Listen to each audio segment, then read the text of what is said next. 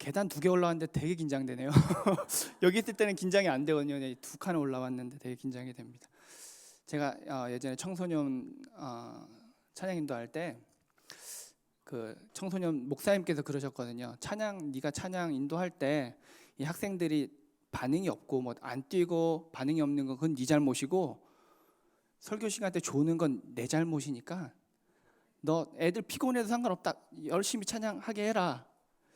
근데 그 말씀을 들은 이후로 찬양 인도하는 거는 부담이 없었거든요. 원래 하던 대로 하면 됐었는데 설교하러 올라올 때는 그게 또 다른 것 같아요. 이렇게 막 은혜 못 받으시면 막 다 제 책임인 것 같고 막 그래서 부담이 더 큰 것 같습니다.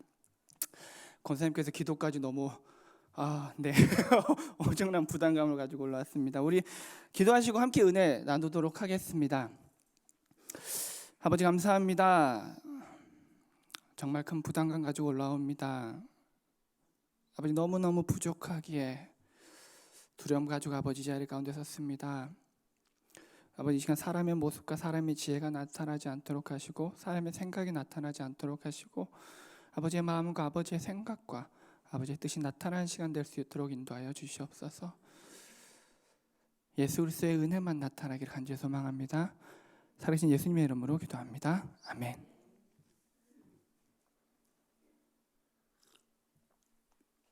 왜 이렇게 목이 타는지. 네, 오늘 본문 말씀은 우리가 다 암송하셨듯이 예레미야 33장 2절에서 3절 말씀입니다. 네, 크고 은밀한 일을 내게 보이리라. 그래서 크고 은밀한 로또 번호 같은 걸 딱 알려주시면 참 좋을 텐데 우리의 기도는 사실 그렇게 많이 가거든요. 근데 오늘 말씀을 보시면 그것이 아니라고 우리가 알 수 있으리라 확신합니다. 네, 말씀드렸듯이 이번 달은 우리가 기도라는 주제를 가지고 여행을 갑니다. 그래서 지난주 수요일에는 마침 최철환 선교사님께서 선교라는 주제를 가지고 또 말씀하셨는데요. 근데 그 말씀들을 만약에 기억하신다면, 기억하시는 게 좋겠죠. 기억하신다라면 오늘 말씀이 더 큰 은혜가 되지 않을까 그렇게 기대를 해봅니다. 제가 말씀 준비하면서도 많이 비슷하게 맥락이 통하는 부분이 있구나. 선교와 기도라는 제목으로 어떻게 보면 주제가 다름에도 불구하고 통하는구나 라는 생각을 많이 했습니다. 그리고 마침 지금 우리가 성경 201 통독을 하고 있는데요. 지금 어디 읽고 있죠 우리가? 네, 예레미야를 읽고 있습니다. 그래서 통독 열심히 하시는 분들은 진도에 처지지 않고 잘 따라오고 계신 분들은 지금 더 잘 이해되고 더 쉽게 그리고 오늘 말씀을 더 우리 삶에 잘 적용할 수 있지 않을까 기대해 봅니다. 네, 오늘 본문 말씀이 나오는 이스라엘의 상황은 지금 멸망 직전의 상황입니다. 시드기야 왕 통치 말기고요. 유다가 바벨론에게 멸망당하기 1년 전의 상황입니다. 그리고 이미 바벨론한테 예루살렘이 포위당하고 있었던 그런 시기입니다. 아무것도 보이지 않는 암울한 현실 속에서 예레미야에게 하신 하나님의 말씀이 오늘 본문이거든요. 성전은 이미 여호야김 왕 시대에 약탈당했어요. 금이나 이런 것들이 다 뺏겼고요. 유다의 대부분은 이미 다 점령당했고 예루살렘도 포위당했고요. 그러니까 지금 희망이 없는 상황 가운데 놓여 있습니다. 그래서 오늘 본문 말씀을 통해서 우리는 그렇다면 기도가 무엇인가에 대해서 우리가 알 수가 있습니다. 그런 상황 속에서 기도는 무엇인가? 이왕이면 우리가 기도하면 하나님께서 이렇게 말씀하셨으면 좋을 것 같아요. 지금이라도 기도해라. 그러면 내가 구원해 줄게. 내가 바벨론 물리쳐 주겠다. 바벨론의 손에서 건져 주겠다라고 말씀하시면 참 좋을 텐데 오늘 본문 말씀 쭉 뒤까지 읽어보시면 전혀 그런 말씀이 아닙니다. 보통 이게 우리의 기도예요. 우리는 그런 어려운 상황에 빠지거나 그런 정말 암울한 상황 가운데 빠지게 되면 우리의 기도는 바로 그거예요. 하나님 구원해 주세요. 하나님 이 상황에서 우리를 벗어나게 해주세요. 그게 우리의 바람이고 보통 우리의 기도인데 하나님의 말씀은 그렇지가 않습니다. 그래서 우리는 먼저 이 시간에 하나님께서 구원해 주시겠다는 말씀을 왜 하지 않으셨는지, 부르짖으면 내가 너희를 구원해 주겠다는 말씀을 왜 하지 않으셨는지 그 이유를 알아야 할 것입니다. 유다에게 왜 이러한 현실이 왔는가? 그것은 하나님의 말씀, 율법을 지키지 않았기 때문이라고 예레미야 앞부분에서 지속적으로 여러 번 확실하게 말씀을 하십니다. 근데 아시겠지만 율법은 그 누구도 지킬 수가 없습니다. 율법을 통해서는 죄를 깨닫고 우리 힘으로는 도저히 구원받는 방법이 없다는 것을 깨달아야 하는 겁니다. 성경 말씀 아무리 읽어도 그 안에 쓰여 있는 하나님의 말씀을 아무리 잘 안다라고 해도 그것을 우리가 구원받을 수 없다라는 거죠. 내가 아무리 착하게 살고 지혜롭게 살고 내 지식이 아무리 많이 쌓인다 하더라도 그것을 우리는 구원받을 수가 없습니다. 그래서 율법을 지키지 않았다라고 표현하는 그런 부분에 있어서는 우리가 문자적으로 하나님의 말씀 지키지 않았구나 라고 우리가 이해하기보다는 하나님을 떠났다, 하나님을 사랑하지 않았다, 하나님이 자신들을 얼마나 사랑하는지 그 마음을 몰랐다, 그렇게 이해하는 것이 더 낫습니다. 마음이 떠나면 우리가 마음이 떠나면 어떻게 되죠? 몸도 떠나죠. 그러니까 하나님으로부터 마음이 떠났기 때문에 율법을 지키지 않는 거예요. 하나님의 말씀을 지키지 않는 거죠. 이 앞부분에 보시면 역대상, 역대하 이런 부분을 보시면 여호야김 왕 때까지만 해도 하나님께서는 분명히 약속해 주세요. 너희가 나에게로 돌아오면 내가 너희를 보호해 주겠다. 바벨론의 손에서 건져 주겠다. 라고 약속을 해 주세요. 이때가 언제냐면 시드기야 통치 11년 전이에요. 그러니까 유다가 멸망하기 한 20년 전. 오늘 본문 말씀 있기에 약 20년 전. 이미 바벨론이 강하여지고 있을 때예요. 그때 최강대국이었던 이집트와 맞짱 뜰 수 있을 만큼 바벨론이 많이 성장했을 때입니다. 예레미야 26장 3절에 보면 이렇게 말씀이 나옵니다. 네, 말씀 띄워주시면요. 그들이 듣고 혹시 각각 그 악한 길에서 돌아오리라. 그리하면 내가 그들의 악행으로 말미암아 그들에게 재앙을 내리려 하던 뜻을 돌이키리라. 25장 5절에는요, 여호야김 4년 때인데요. 이때는 그가 이르시기를 너희는 각자의 악한 길과 악행을 버리고 돌아오라. 그리하면 나 여호와가 너희와 너의 조상들에게 영원부터 영원까지 준 그 땅에 살리라. 하나님께서 분명히 너가 지금 돌아오면 내가 너희를 바벨론으로부터 지켜주겠다라고 말씀을 하셨어요. 너희가 다시 나를 사랑하고 나와의 관계로 회복하면 내가 그 바벨론으로부터 너희를 구원해 주겠다라고 약속을 하셨어요. 그런데 이스라엘 백성들은 강대국 이집트를 의지하기를 합니다. 그런데 하나님께서 포기하지 않으셔요. 끊임없이 하나님의 사람들을 통해서 회개하라고 다시 하나님께로 돌아오라고 말씀하십니다. 근데 정말 말 안 듣죠. 네. 하루가 멀다고 우상 숭배 하나님의 말씀을 거역하는 백성들이죠. 예레미야가 그렇게 외쳤음에도 불구하고 전혀 듣질 않습니다.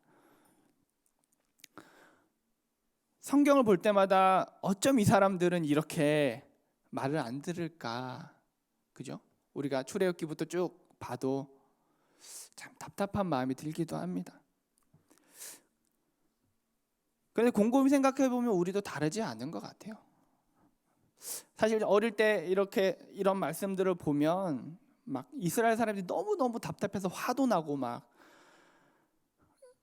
얘네들이 잘했으면 우리가 지금 이 고생 안 해도 되는 건데 막 이런 생각이 들기도 하고요. 근데 시간이 지나면 지날수록 내가 이 사람들보다 못났으면 더 못났지 잘난 사람은 아닌 것 같아요. 그런 마음에 안 드는 확신이 자꾸 마음 가운데 생깁니다. 왜냐하면 이스라엘 백성들은 이 사람들은 문자로 주어진 율법만 알고 있는 시대 사람들이잖아요. 근데 우리는, 그리고 저는 율법의 실체인 율법이 살아있는 사람이 되어서 예수님이 계시잖아요. 그러니까 그 실체인 예수 그리스도를 우리는 알고요 이제. 그리고 그를 통해서 보여진 하나님의 마음을 알고 하나님의 사랑을 알고 그걸 다 아는데 제 삶이 이 사람들과 다를 게 없거든요. 그러니까 처음엔 이 사람들이 너무 답답했는데 시간이 지나면 지날수록 그래도 이 사람들이 나보다 낫구나 그런 생각이 많이 들기도 합니다. 그래서 하나님의 은혜가 필요한 것 같아요. 이렇게 지질이 말 안 듣는 이스라엘 백성들을 사랑하시고 포기하지 않으셨던 그 하나님의 은혜가 우리에게도 너무너무 필요합니다. 정말이지 다행인 것은 정말 하나님께서 이스라엘 백성들을 포기하지 않으셨다라는 거예요. 이렇게 말 안 듣는 이스라엘 백성들을 포기하지 않으셨다라는 거예요. 그래서 우리에게도 희망이 있습니다. 옛날부터 계속 하나님께서 말씀하셨어요. 너 돌아오라. 우상 다 버리고 이제 다시 나한테 돌아오라. 나랑 관계를 회복하자. 그럼 내가 너를 보호해주고 내가 약속한 그 땅에 계속해서 살게 해주겠다. 근데 말을 안 듣죠. 계속해서 말을 안 들었어요. 이제 시드기야 왕이 됐습니다. 시드기야 왕은 아시겠지만 이미 바벨론이 이스라엘을 거의 다 점령해서 왕을 폐위시키고 꼭두각시로 이렇게 앉혀놓은 왕이잖아요. 시드기야는. 그런데도 돌아오지 않아요. 근데 하나님께서 시드기야 왕 때는 이제는 뭐라고 말씀하시냐면 이제는 구원해주겠다 말씀하시지 않아요. 이제는 너희를 내가 바벨론에서 구원해주겠다 말씀하시지 않고요. 이제 하나님께서 뭐라고 말씀하시냐면 너희 이제 바벨론으로 가라. 그럼 내가 살려줄게. 너희가 바벨론으로 가야만 살아남는다. 왜냐하면 이스라엘 백성들이 이제는 타락의 끝을 가서 이제는 회복할 방법이 없어졌기 때문이에요. 예레미야 27장 6절에서 8절을 보면요. 이제 내가 이 모든 땅을 내 종 바벨론의 왕 느부갓네살의 손에 주고 또 들짐승들을 그에게 주어서 섬기게 하였나니 모든 나라 그와 그의 아들과 손자를 그 땅에 기한이 이르기까지 섬기리라. 또한 많은 나라들과 큰 왕들이 그 자신을 섬기리라. 여호와의 말씀이니라. 바벨론의 왕 느부갓네살을 섬기지 아니하며 그 목으로 바벨론의 왕의 멍에를 매지 아니하는 백성과 나라는 내가 그들을 멸망하기까지 칼과 기근과 전염병으로 그 민족을 벌하리라. 아멘. 이제 하나님께서 이스라엘에게 이렇게 말씀을 하세요. 그런데 이스라엘 백성들도 말을 듣지 않습니다. 지금 이제 이스라엘 백성이 어떻게 하냐면 이때도 변함없이 이집트를 의지하기로 합니다.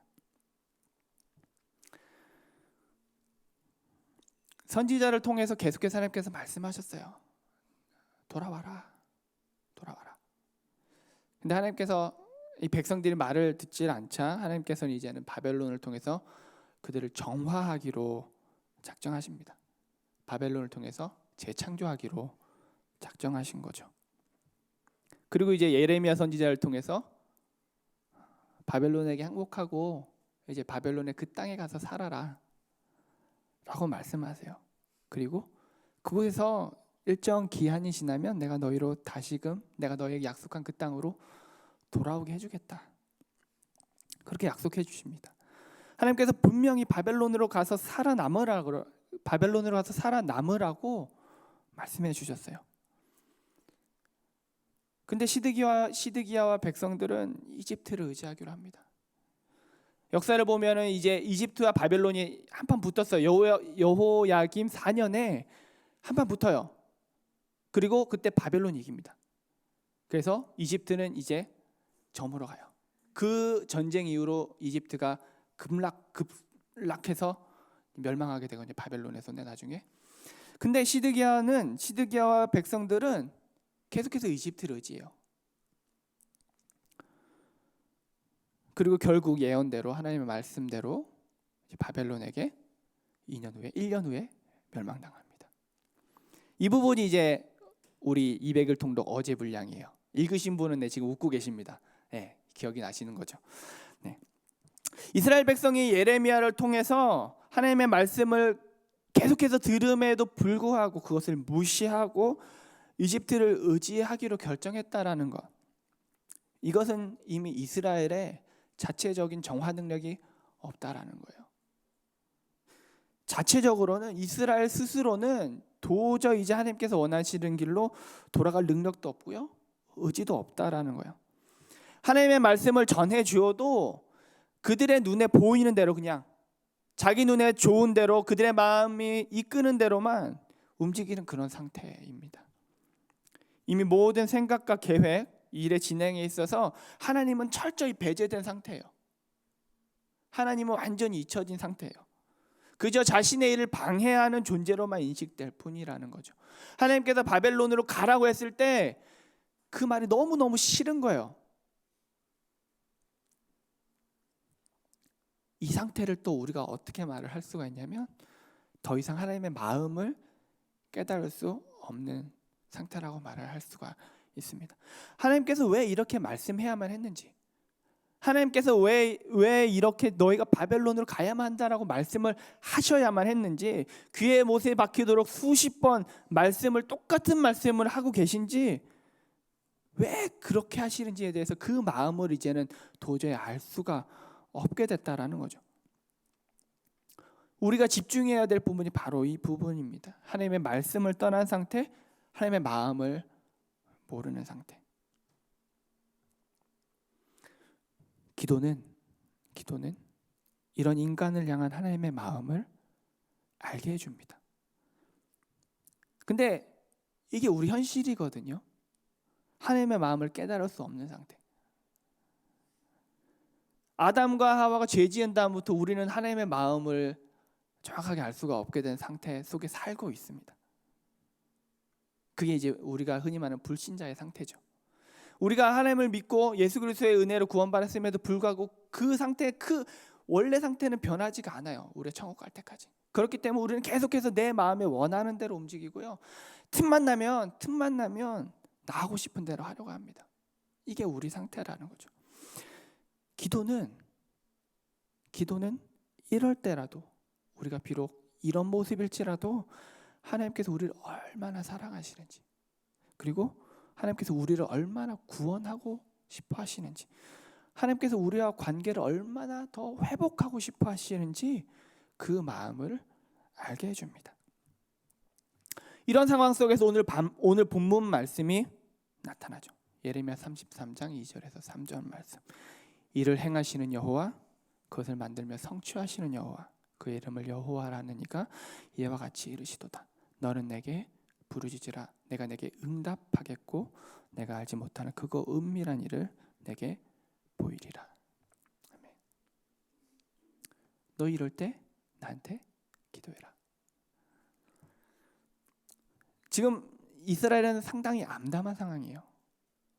정말 미래가 보이지 않는,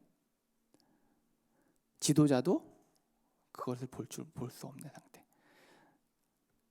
하나님의 말씀을 받은 예레미야조차도 지금 미래에 대한 불안함을 가지고 있을 때입니다. 32장에 보면 이제 하나님께서 확실한 보증으로 이제 아나돗의 밭을 사라고 말씀하시죠. 근데 그게 그렇게 예레미야의 모습을 보면 탐탁지 않습니다. 불안한 거예요, 자기도. 예레미야도 하나님의 말씀을 받았지만 미래에 대해서 확신하지 못하고 있는 거예요. 너무 암담하기 때문에 현실이. 그럴 때 하나님께서 말씀하시는 것이 너는 내게 기도해라. 내가 미래를 보여줄게. 그리고 이스라엘 백성들을 향한 사랑과 계획을 보여주십니다. 그 뒷부분은 계속해서 나옵니다.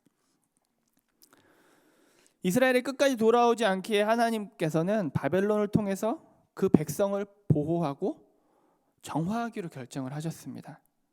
그것이 다시금 하나님과의 관계를 올바로 맺을 수 있는 길이기 때문이에요. 그리고 바벨론 포로로 끌려가는, 바벨론으로 가는 그 백성들과 함께 바벨론으로 가시죠. 하나님께서 임재하고 계신다고 철저하게 믿고 있던 그 성전이 파괴되고요. 그리고 그것을 버리고 가는 것을 못 견디는 그 백성들을 위해서 하나님께서는 직접 그 영광을 동쪽으로 옮기세요. 에스겔서에 나오죠. 하나님의 영광이 성전에 있다라고 믿는 그 백성들을 위해서 그 영광이 성전에서 떠올라서 동쪽으로 가는 모습을 보여줍니다. 너희가 비록 바벨론을 끌려가지만 내가 너희들을 버린 게 아니다. 나는 너희들과 함께 가겠다. 그리고 그곳에 함께 있겠다. 하나님께서 결코 이스라엘 백성들을 버리지 않았다는 것을 이렇게 꾸준히 보여주십니다. 그런데 그러한 하나님의 마음을 모르는 사람의 눈에서 봤을 때는 재앙 그 자체죠.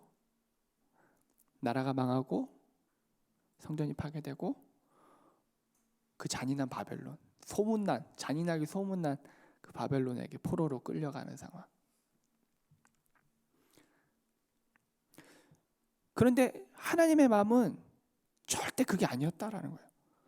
멸망당하는 그 순간에도 하나님께서는 이스라엘 다시 돌아오기를 원했고요. 하나님과 관계를 회복하기를 원하셨습니다. 그래서 친히 그 영광을 동쪽으로 옮기시고요. 그 백성과 함께하기를 선택하셨다는 거예요. 그리고 하나님의 계획은 분명합니다. 70년 후에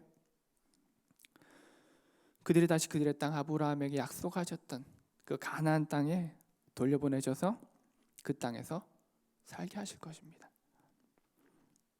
그리고 그날을 위해서 70년이 차기까지 그 바벨론 땅에서 평안하게 살아가라고 하나님께서 말씀해 주세요.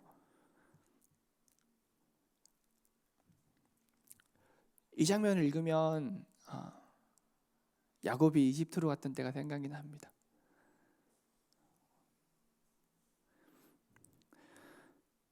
그것이 하나님의 크신 계획 안에서, 모르겠어요. 요셉의 고백을 통하자면 하나님께서 먼저 요셉을 보내시고 그 가족들을 살리기 위해서 이집트로 보내시고 그곳에서 400년 동안 엄청나게 번성해서 그리고 다시 약속의 땅으로 돌아가는 그 모습. 하나님께서는 바벨론에서 그 타락의 바닥까지 간 하나님과의 관계를 완전히 끝내려고 했던 그 이스라엘 백성들의 번영과 재창조를 위해서 그것을 계획하고 계신 거예요. 그래서 하나님께서 하시는 말씀은 뭐냐면 너희가 바벨론으로 가는 것이, 너희가 바벨론에게 멸망당하는 것이 결코 재앙이 아니다. 그리고 그것은 희망이다. 이것이 하나님의 마음이라는 거죠. 레위기 29장 5절에서 7절 말씀 보면요, 너희는 집을 짓고 거기에 살며 텃밭을 만들고 그 열매를 먹으라. 아내를 맞이하여 자녀를 낳으며 너희 아들이 아내를 맞이하며 너희 딸이 남편을 맞아 그들로 자녀를 낳게 하여 너희가 거기에서 번성하고 줄어들지 아니하게 하라. 너희는 내가 사로잡혀 가게 한 그 성읍의 평안을 구하고 그를 위하여 여호와께 기도하라. 이는 그 성읍이 평안함으로 너희도 평안할 것임이라. 계속해서 말씀하시죠. 10절에서 11절에는 여호와께서 이와 같이 말씀하시니라. 바벨론에서 70년이 차면 내가 너희를 돌보고 나의 선한 말을 너희에게 성취하여 너희를 이곳으로 돌아오게 하리라. 여호와의 말씀이니라. 너희를 향한 나의 생각을 내가 하나니 평안이요 재앙이 아니니라. 너희에게 미래와 희망을 주는 것이니라. 아멘. 바벨론으로 가는 것이 재앙이 아니라 희망이라고 하나님의 계획 안에서 그렇게 움직이고 있다는 것입니다. 그래서 기도는 희망이 됩니다. 오늘 본문 말씀처럼 우리가 기도할 때에 하나님께서 응답하시고 하나님의 행하심과 하나님께서 그 이름을 걸고 그 계획하신 일의 성취하심을 우리에게 보여주십니다. 기도는 우리의 원함을 성취하기 위한 도깨비 망망이가 아니라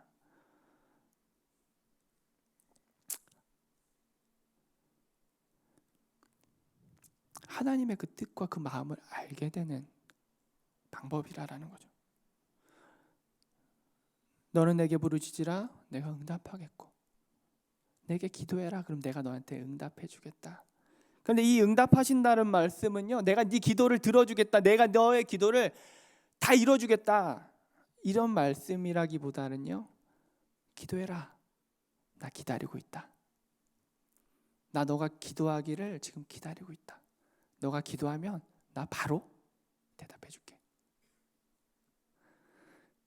하나님 지금 아무리 멀리 있는 것 같아도요, 내 말을 듣지 않으시는 것 같아도요, 하나님께서 지금 우리 기도를 오매불망 기다리고 계시다라는 말씀이시죠.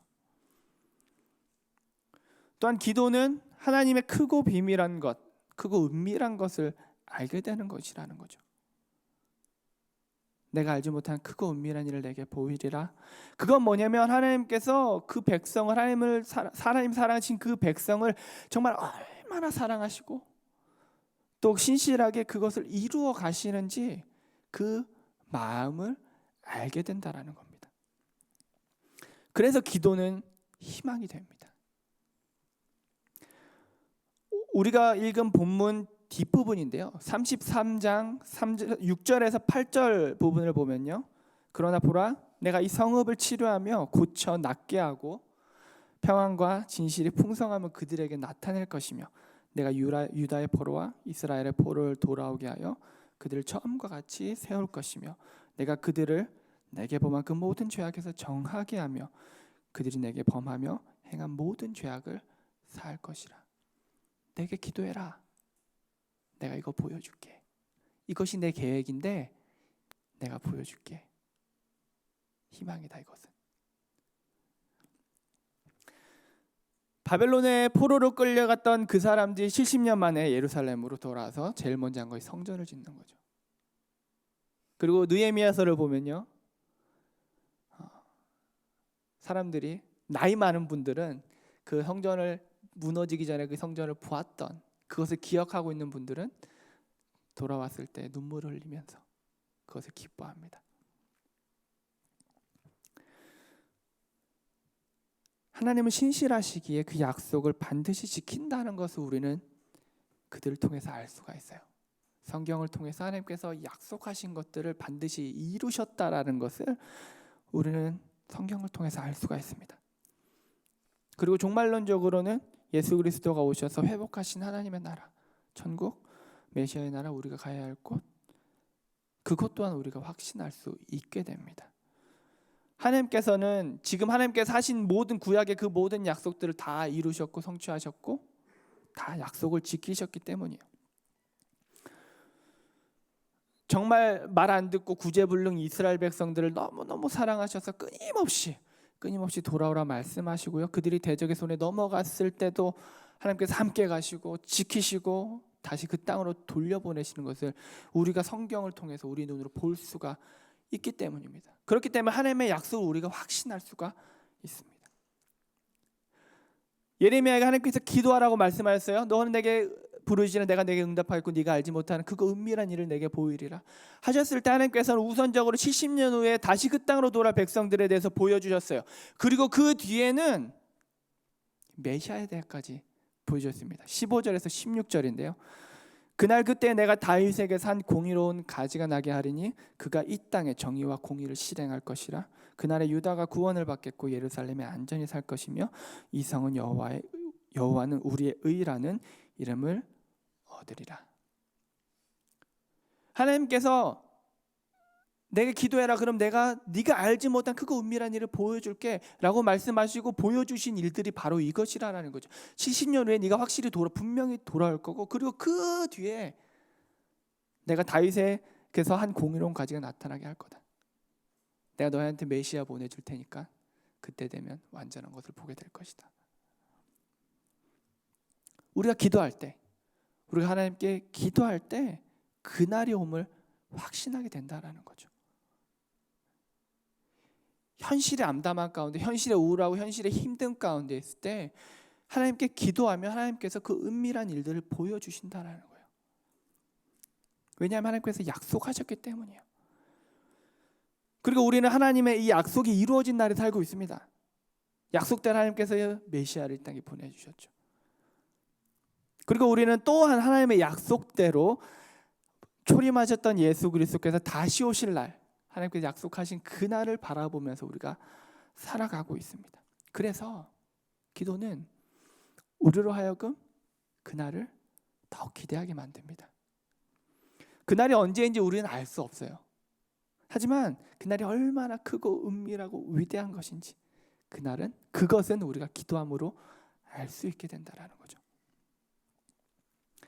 구제불능인 우리도 하나님께서 너무너무 사랑하셔서 회복하실, 이스라엘 백성들이 돌아왔듯이 우리의 이 추하고 부족한 모습까지도 완전케 하실 그날을, 그 일들을 우리가 기도를 통해서 확신할 수가 있습니다.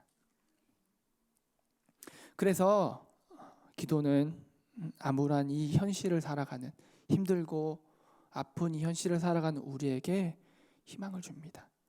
그리고 하나님의 마음을 알아서 포기하지 않게 만들어줍니다. 우리를 얼마나 사랑하시는지, 언제까지 우리와 함께 하시는지, 그리고 우리와 얼마나 함께 하고 싶어 하시는지 그 마음을 알게 합니다. 그래서 그날에 오기까지, 다시 우리를 완전케 하시는 그날이 올 때까지 우리로 하여금 멈추지 않게 해줍니다.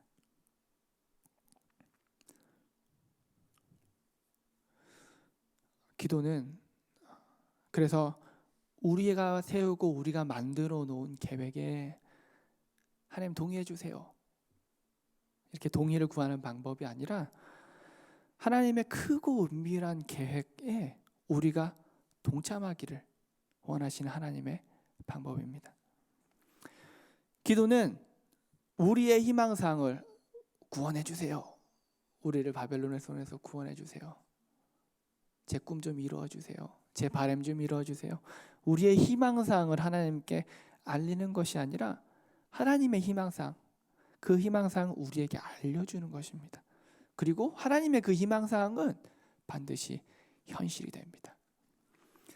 그래서 우리가 기도를 하면 할수록 그 하나님의 임재, 하나님의 역사하심에 더욱 깊이 빠져서 살아가게 됩니다. 우리가 기도를 하면 할수록 천국 소망에 더욱더 깊이 빠져서 살아가게 된다는 겁니다. 우리가 기도를 하면 할수록 더욱 행복한 이 땅 생활을 누릴 수 있게 되는 거예요. 왜냐하면 하나님의 계획하심과 하나님의 일하심을 우리 눈으로 볼 수 있게 되기 때문입니다. 하나님이 우리를 얼마나 사랑하시는지, 얼마나 나와 함께하고 싶어 하시고, 얼마나 나와 대화하고 싶어 하시고, 그 마음을 더욱더 깊이 깨닫게 되기 때문에 우리는 이 땅을 더욱더 행복하게 살아갈 수 있게 됩니다. 그것을 깨닫지 못하면, 하나님께서 우리를 얼마나 사랑하시는지 그 마음을 깨닫지 못하면 사실 우리에겐 희망이 없습니다. 이스라엘 백성들이 망한 이유가 결국 그거잖아요. 하나님의 마음을 모른 거. 그렇게 수십 번 귀에 못이 박히도록 돌아오라고 말했을 때 그것이 무슨 뜻인지 못 알아들은 것. 오늘 하나님께서 예레미야를 통해서 하시는 말씀은 그거 알려주겠다라는 거죠. 기도해라. 내가 내 마음 알려줄게. 널 향한 내 계획을 알려줄게. 내가 널 얼마나 사랑하고 너에 대해서 어떤 계획을 가지고 있는지 내가 알려줄게. 그래서 기도는 희망입니다.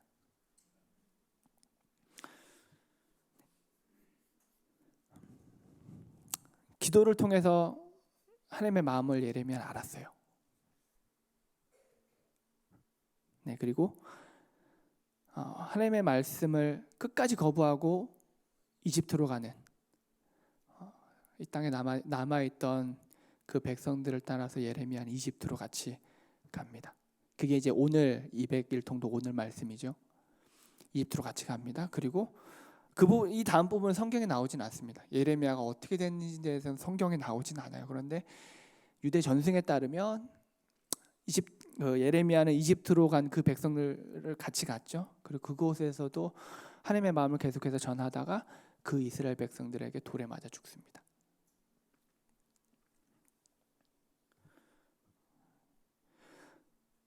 예레미야가 그곳에 남아 있으란 하나님의 거부하고 하나님의 말씀을 거부하고 이집트로 가는 백성들을 따라간 이유,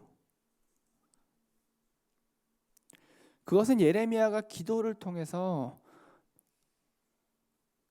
백성들을 향한 하나님의 마음은, 그 이스라엘 백성들을 향한 하나님의 마음은 그 백성들을 끝까지 사랑하고 지키고 다시 관계를 회복하고 싶어 하셨다라는 것이었습니다. 그래서 삶이 힘들고 포로 생활이 힘들고 어렵지만 그 삶을 살아내고 나면 하나님께 다시 회복해 주는 그날을 예레미야가 보았기 때문입니다. 그런 생각을 해봅니다. 그래서 어쩌면 예레미야가 우리가 봤을 때는 정말 힘든 삶이잖아요. 예레미야의 삶도 평생 하나님의 대언자로 살았음에도 불구하고 아무도 그 말을 들어주지도 않고 옥에 갇히고 웅덩이에 갇히고 돌에 맞아 죽고. 그런데 어쩌면 예레미야가 정말 행복한 삶을 살지 않았을까? 하나님의 마음을 알았기 때문에 어쩌면 가장 행복한 삶을 살지 않았을까? 그런 묵상도 해봅니다. 그래서 우리는 선지자 예레미야를 통해서 하나님의 마음을, 하나님의 사랑을, 우리를 향한 그 사랑을 볼 수가 있습니다. 죽기까지 사랑하는, 자기 생명을 바쳐서도 그 관계를 회복하고 싶어하는, 다시 하나님과의 관계를 맺어주고 싶어하는 그 마음을 우리가 봅니다. 그리고 하나님의 안타까움을 우리가 봅니다. 지금 하나님의 마음이 우리를 향해서 어떠한 마음이실지 어쩌면 무너져 가고 있는 내 삶을 하나님께서 바라보실 때 지금 얼마나 안타까움을 가지고 계신지,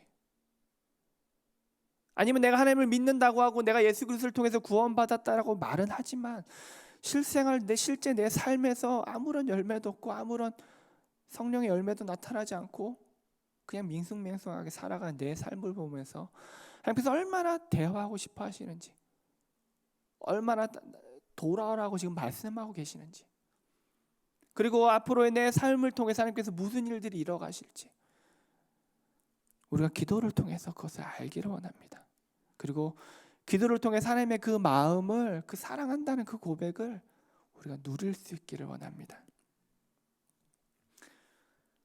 기도는 우리의 삶이 하늘 아버지의 뜻대로, 그리고 하나님의 마음을 가지고 그분의 눈을 가지고 그 마음을 이 땅 가운데 보이며 살아가게 합니다. 그리고 저 미래에 대한 희망을 보게 합니다. 기도로 그것들을 보고 누리며 살아가는 주님에게 성도님들 되시기를 간절히 소망합니다. 기도하겠습니다. 아버지 감사합니다. 우리가 하나님께 기도하기 원합니다.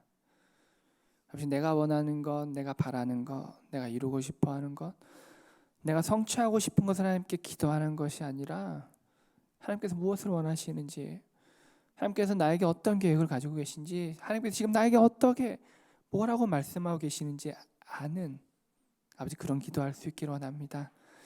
아버지, 그래서 아버지와의 관계가 지금 무너져 있다면 아버지 회복되기를 원합니다. 아버지의 음성이 귀에 들리지 않는다라면 아버지 음성이 귀에 들리기를 원합니다. 하나님의 마음이 느껴지고 하나님의 시선이 보이기를 원합니다. 아버지, 그런 우리가 될 수 있도록, 그런 제가 될 수 있도록, 그런 교회 될 수 있도록 아버지 인도하여 주시옵소서. 부족한 이 모습 그대로 나아갑니다. 살아계신 예수님의 이름으로 기도합니다. 아멘.